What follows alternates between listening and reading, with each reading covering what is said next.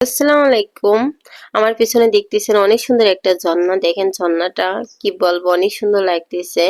আমরা যেহেতু এই পাড়ে আইছি আরামবাগ পার্কের দুইটা সাইড, আমরা ওই সাইডে দেখাইছি, এখন এই সাইডে আপনাদের দেখাবো। দেখেন এই সাইডে কত সুন্দর গোলাপ ফুল, আর জায়গাটা এত সুন্দর কি বলবো। আর আমার পিছনে কলাম দেখতেছেন বিশাল বড় একটা দোলনা, ওই পাশে দুইটা দোলনা, এই পাশে একটা কলাম। আর যেহেতু আরামবাগ পার্কের দুইটা সাইড, সেটা তো আপনাদের বললাম আগেতেই।